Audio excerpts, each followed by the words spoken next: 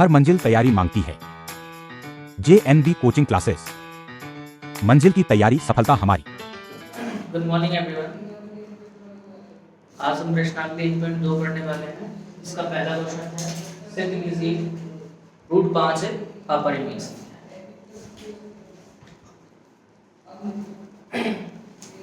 Root 5 को क्या सिद्ध करना है? अपरिमेय संख्या। तो हमने पढ़ा कि वास्तविक संख्या जो है वो दो प्रकार की होती है। कहने का मतलब संख्या रेखा पर केवल दो ही प्रकार की संख्या हमने पढ़ी अभी तक, एक परिमेय संख्या और एक अपरिमेय संख्या। परिमेय संख्याओं के बारे में हम डिटेल से जानते हैं बजाय अपरिमेय संख्याओं के। तो हम अपरिमेय संख्या सिद्ध करने के लिए बेटा कहां से पढ़ेंगे? परिमेय। हमने कहा संख्या रेखा पर केवल दो ही तरीके की संख्या, परिमेय प्लस अपरिमेय। या तो कोई संख्या परिमेय है या फिर कोई संख्या अपरिमेय। तो हम अपरिमेय सिद्ध करने के लिए सबसे पहले मानेंगे संख्या को परिमेय और आगे चलकर ये बताएंगे कि ये संख्या परिमेय नहीं है। और जब संख्या परिमेय नहीं है तो फिर कौन सी संख्या कहलाएगी बता? अपरिमेय। ठीक है, तो मान लेंगे कि माना रूट 5 एक परिमेय संख्या।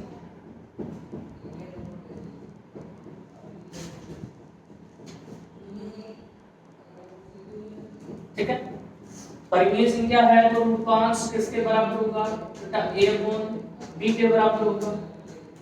जहां शर्त लिखेंगे a व b कैसी संख्या?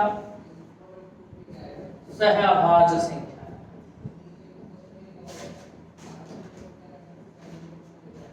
a व b कैसी संख्या है? सहअभाज्य संख्या। काफी b की कंडीशन तो हमें पता है ही।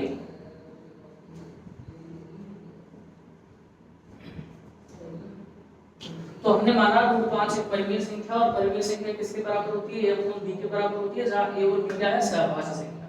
सहभाज्य संख्या से हमारा मतलब कि a और b का जो HCF है वो कितना होगा? a होगा। यानी कि a और b में एक के अलावा किसी और संख्या का भाग नहीं जाएगा। ऐसा भी हम कह सकते हैं कि a/b जो है वो किसी भी संख्या का क्या है? एक सिंपलेस्ट फॉर्म है।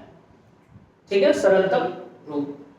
चलिए आगे अपॉन में 1 लगा देंगे, क्रॉस मल्टीप्लाई करेंगे, वर्ग गुणन करेंगे तो a 1 से गुणा होगा तो a, रूट 5 b से गुणा होगा तो रूट 5b।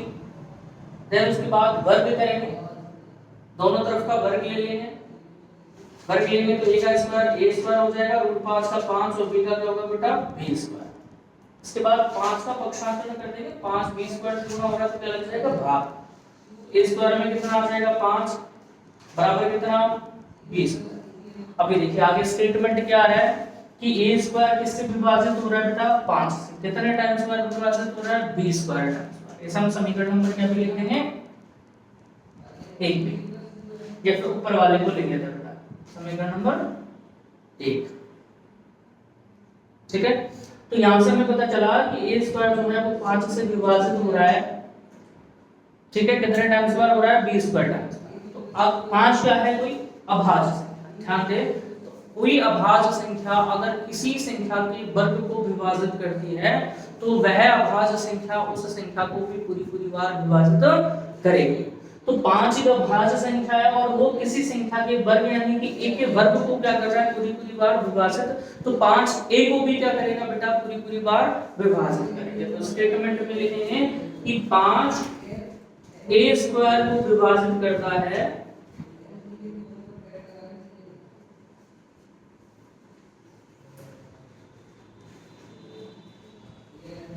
अतः 5 a को भी विभाजित करें।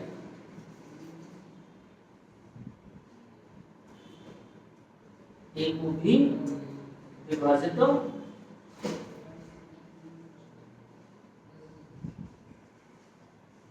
पहला स्टेटमेंट आया क्या किया हमने? देखो रूट 5 को अपरिमेय संख्या से करना था तो सबसे पहले हमने उसको क्या माना? एक परिमेय संख्या, तो a/b के बराबर यानी कि परिमेय का सरलतम फॉर्म आ गया। ठीक है, उसके बाद वर्ग गुणन किया, फिर गुणा किया हमने तो a 1 से गुणा हुआ तो a स्क्वायर रूट 5 b से होगा तो रूट 5 b स्क्वायर। देन उसके बाद वर्ग कर दिया दोनों तरफ, a का स्क्वायर a स्क्वायर हो जाएगा, रूट 5 का 5 होगा और b का स्क्वायर कितना होगा बेटा? b स्क्वायर हो जाएगा। फिर उसके बाद 5 का पक्षांतर दिया तो 5 आया बटे में 5 लग के a स्क्वायर में भाग और a स्क्वायर में 5 का भाग कितने टाइम्स बन जा रहा है? 20 बार। तो हमने कहा कि 5 a स्क्वायर को विभाजित करता है तो 5 किसको भी विभाजित करेगा बेटा, a को भी विभाजित करेगा। अभी 5 किसको विभाजित कर रहा है, a को, तो हम आगे लिखेंगे, यहां इस स्टेटमेंट से लिखेंगे कि a जो है वो किससे विभाजित हो रहा है बेटा, 5 से। ठीक है, लिखा ना, 5 a को भी विभाजित करता है। तो a में 5 का भाग जा रहा है, मान लीजिए हम कितने टाइम्स भाग जा रहा है, 3 टाइम्स का। a जो है वो 5 को विभाजित करता है, मान लीजिए हमने कितने टाइम्स का, 3 टाइम्स का। अब इसको भी हम क्या कर देंगे, तिरछा गुणा कर देंगे। a 1 से गुणा होगा तो a 5 80 से होगा तो क्या हो जाएगा, 5। इसके बाद इसका भी क्या कर लेंगे हम, वर्ग, और इसका भी वर्ग करेंगे तो a का स्क्वायर कितना आ जाएगा, a स्क्वायर, 5 का कितना आएगा 25, और c का कितना आएगा बेटा, c स्क्वायर। ठीक है, या हम समीकरण नंबर 1 का यूज करेंगे, और समीकरण नंबर 1 का यूज करके a स्क्वायर का मान रखेंगे कितना, 5 b स्क्वायर। लिख देंगे a स्क्वायर का मान रखेंगे।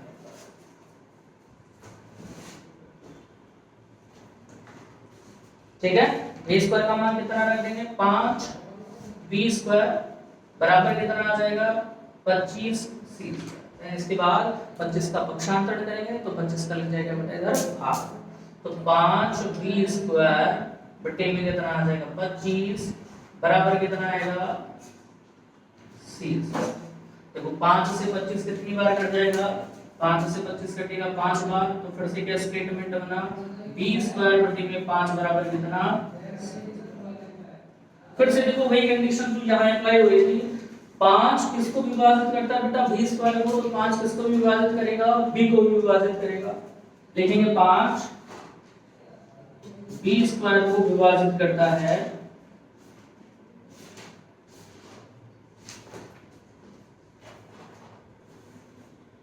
अतः 5 b को भी विभाजित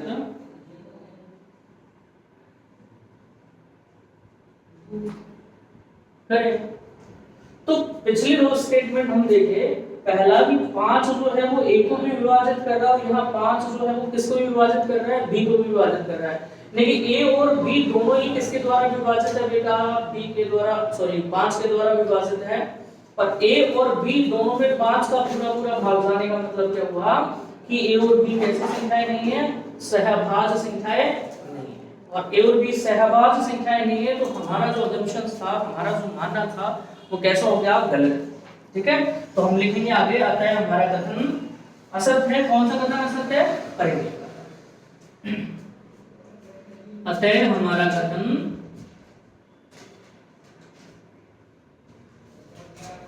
असत्य।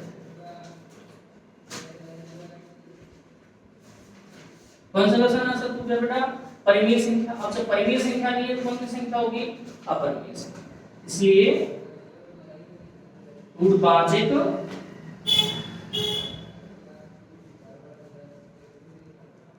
अपरिमेय संख्या। ठीक, तो पहला क्वेश्चन हमारा कंप्लीट हुआ। क्या सिद्ध करना था हमें सिद्ध करना था रूट 5 एक अपरिमेय संख्या है, जिसके लिए हमने सबसे पहले क्या किया, रूट 5 को एक परिमेय संख्या, परिमेय संख्या के बाद उसको a बटे b के बराबर लिखा और शर्त लिखी, a और b क्या है, सहभाज्य संख्या है। सहभाज्य का मतलब a और b में एक के अलावा किसी और संख्या का भाग नहीं जाता। फिर उसके बाद भजगुणन किया तो a और a बराबर रूट 5 दिया है, जिसका हमने वर्ग करने पर कितना आया, a स्क्वायर बराबर 5 b स्क्वायर। 5 का पक्षांतर किया तो a स्क्वायर के बटे में 5 आया, यानी कि a स्क्वायर जो है वो 5 से विभाजित हो रहा है, तो 5 किसको विभाजित करेगा बेटा, a को विभाजित करेगा। अब यहाँ a में किसका भाग जा रहा है, 5 बार, तो हमने कहा कितने टाइम्स बार, c टाइम्स बार। इसका भी भजगुणन किया तो क्या आया, a बराबर 5c, वर्ग किया तो a स्क्वायर बराबर 25c स्क्वायर। समीकरण नंबर 1 से a स्क्वायर का मान रख दिया कितना, 5b स्क्वायर, 5b स्क्वायर बराबर कितना, 25c स्क्वायर। 25 का पक्षांतर कर दिया तो 5 से 25 कितनी बार, 5 बार, क्या बचा, ab स्क्वायर बटे में 5 बराबर कितना, c स्क्वायर। नेक्स्ट स्टेटमेंट हमने लिखा कि जो 5 है वो किसको विभाजित कर रहा है बेटा, b स्क्वायर को विभाजित कर रहा है, तो 5 किसको भी विभाजित करेगा, b को भी विभाजित करेगा। ठीक है, और दो स्टेटमेंट से क्या पता चला कि ए में भी 5 का भाग जा रहा है, बी में भी 5 का भाग जा रहा है। ए और बी दोनों में जब 5 का भाग जा रहा है, इसका मतलब क्या हुआ कि ए और बी कैसी संख्या नहीं है, सहभाज्य संख्या नहीं है। और सहभाज्य संख्या नहीं है, इसका मतलब हमारा कथन कैसा हो गया, असत्य। कौन सा असत्य हो गया कि परिमेय संख्या। जो परिमेय संख्या नहीं है तो कैसी संख्या होगी, ठीक है। नेक्स्ट सेकंड क्वेश्चन देखें।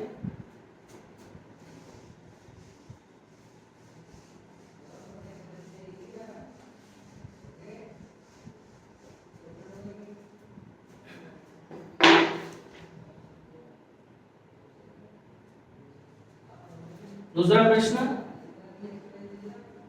सिद्ध कीजिए कि 3 + 2√5 एक अपरिमेय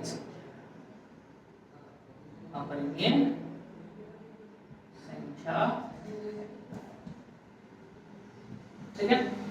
नेक्स्ट प्रश्न नंबर 2, जिसमें आपको सिद्ध करना है 3 + 2√5 कैसी संख्या है, अपरिमेय संख्या। तरीका वही रहेगा। सबसे पहले हम मान लेंगे, क्या मान लेंगे कि 3 + 2√5 एक कैसी संख्या है, परिमेय संख्या,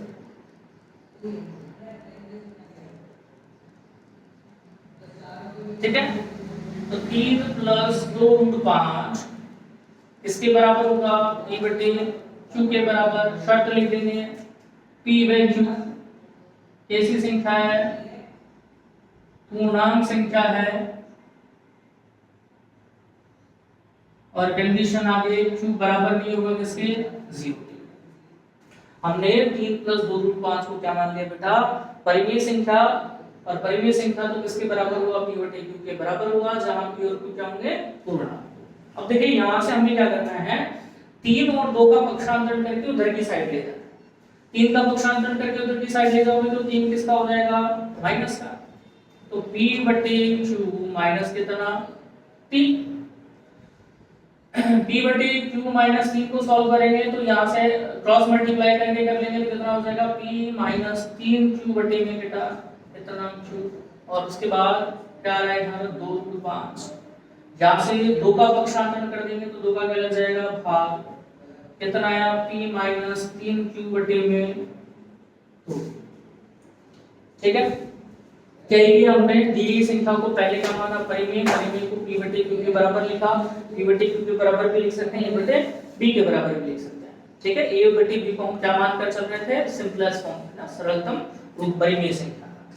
3 का पक्षांतरण किया, 3 कर रहा है तो किसका हो गया, माइनस का। यहाँ पे आके आप चाहो तो एलसीएम लेके भी कर सकते हैं। 1/Q का एलसीएम कितना होगा, Q से Q बनता है Q बार। P से गुणा करेंगे तो P आ जाएगा, 1 से Q कितने बार, Q बार। और Q को 3 से गुणा करेंगे तो 3 बार। उसके बाद हमने 2 का पक्षांतरण किया तो 2 आ गया बटे में, ठीक है। आगे देखिएगा, अब हमारे पास जो स्टेटमेंट आ रहा है वो कितना आ रहा है, √5 बराबर कितना, P माइनस 3Q बटे में 2Q। जहां हम यहाँ ध्यान दें तो P पूर्णांक संख्या, 3 भी पूर्णांक संख्या, Q भी पूर्णांक संख्या, ठीक है। और नीचे भी 2 भी पूर्णांक संख्या, Q भी पूर्णांक संख्या। यानी कि ये क्या बन रहा है बेटा, पूर्णांक बटे में पूर्णांक। और पूर्णांक बटे में पूर्णांक तो कैसी संख्या होती है, परिमेय संख्या।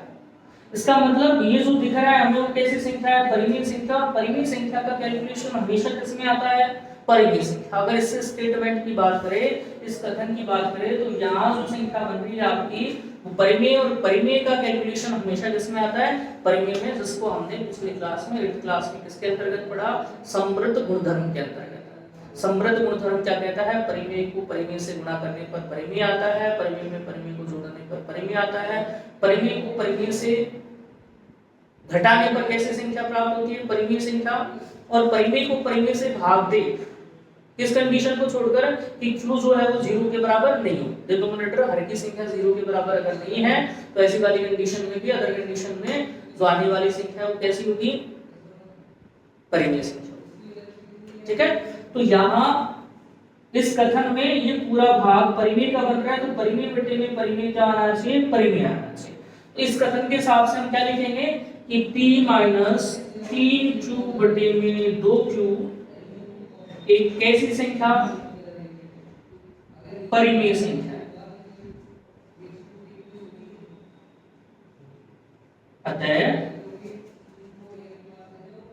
अतः √5 भी परिमेय होगी।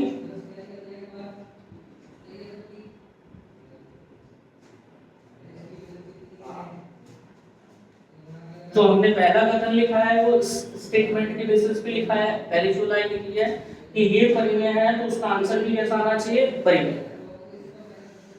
लेकिन बेटा पिछले क्वेश्चन में हम सिद्ध करके आए कि √5 तो कैसा है, अपरिमेय संख्या है। तो अगला स्टेटमेंट जो हम पिछले क्वेश्चन में सिद्ध करके आए हैं उसके आधार पर लिखेंगे, लेकिन हमें पता है कि √5 एक अपरिमेय संख्या।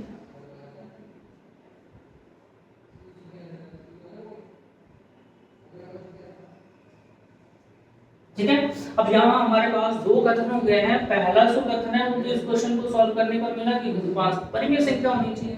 दूसरा कथन हम जो सिद्ध कर चुके हैं हमें वहां से मिला कि √5 तो कैसे संख्या, अपरिमेय संख्या। तो यहाँ विरोधाभास वाली कंडीशन से अप्लाई हो चुकी है, लेकिन जो सही कंडीशन है वो क्या है कि √5 कैसी संख्या, अपरिमेय संख्या। तो इस बात को हमने सिद्ध किया हुआ है और इस विरोधाभास के कारण हमको पता चला कि √5 का अपरिमेय संख्या है। और अपरिमेय संख्या होने का मतलब फिर से हमारा कथन कैसा हो गया, असत्य। कौन सा सत्य हो गया, कि हम मान कर चले कि कैसी संख्या है, परिमेय संख्या। ठीक है, तो लिखेंगे आगे, अतः हमारा कथन कैसा है,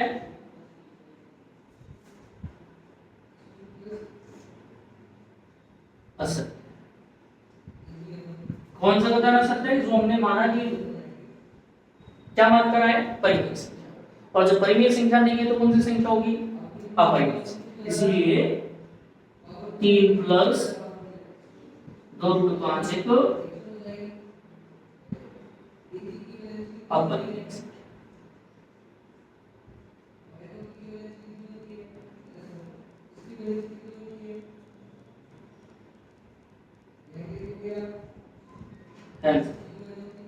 ठीक है, तो इस तरह से दूसरा प्रश्न हमारा खत्म हुआ।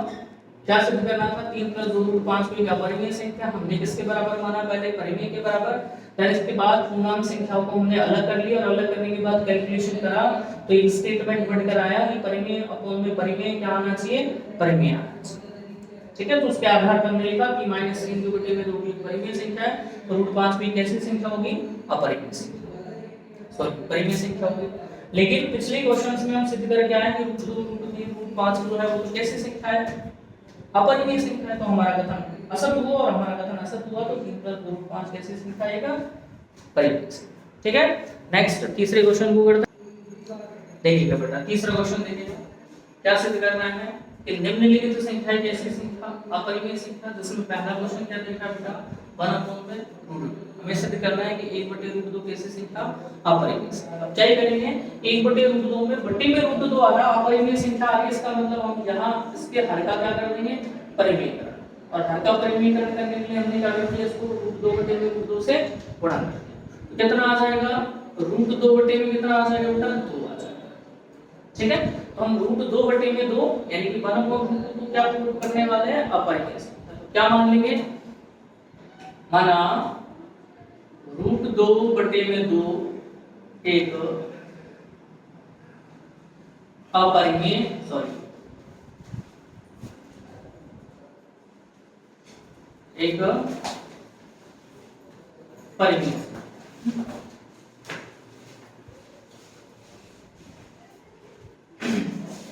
√2/2 एक ऐसी संख्या है, परिमेय संख्या है। परिमेय संख्या है तो किसके बराबर होगी, √2/2 बराबर होगा p/q के बराबर। जहां शर्त क्या होगी, p/q पूर्ण, q बराबर नहीं किसके, ठीक है। नेक्स्ट फिर से बस गुणन कर लेंगे, फिर से गुणा करेंगे तो बेटा √2 किससे गुणा हो जाएगा, q से, और 2 किससे हो जाएगा, p से। ठीक है, नेक्स्ट फिर यहां से q का पक्षांतरण कर देंगे तो q कहां जाएगा, बटे √2 बराबर क्या है बेटा, 2p/में कितना, फिर से वही सिचुएशन बनती है। 2 p q तीनों की तीनों संख्या कैसी, परिमेय, और परिमेय का परिमेय के साथ कैलकुलेशन नॉन जीरो वाली कंडीशन के साथ क्या देगा आपको, परिमेय संख्या देगा। तो आगे वही स्टेटमेंट लिखने वाले हैं कि 2p बटे में q एक परिमेय संख्या है, तो √2 भी क्या होगी, एक परिमेय संख्या। लेकिन पता है, क्या पता है कि √2 तो कैसी संख्या, √2 तो से कैसी संख्या, अपरिमेय संख्या, और अपरिमेय संख्या है तो फिर से हमारा कथन कैसा, असत, और हमारा कथन असत का मतलब बेटा 1 बटे √2 एक कैसी संख्या होगी, परिमेय संख्या। ठीक है, क्लियर।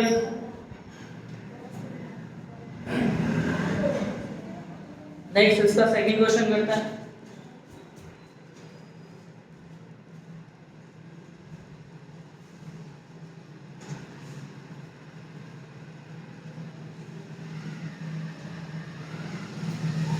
नेक्स्ट दूसरा प्रश्न 7√5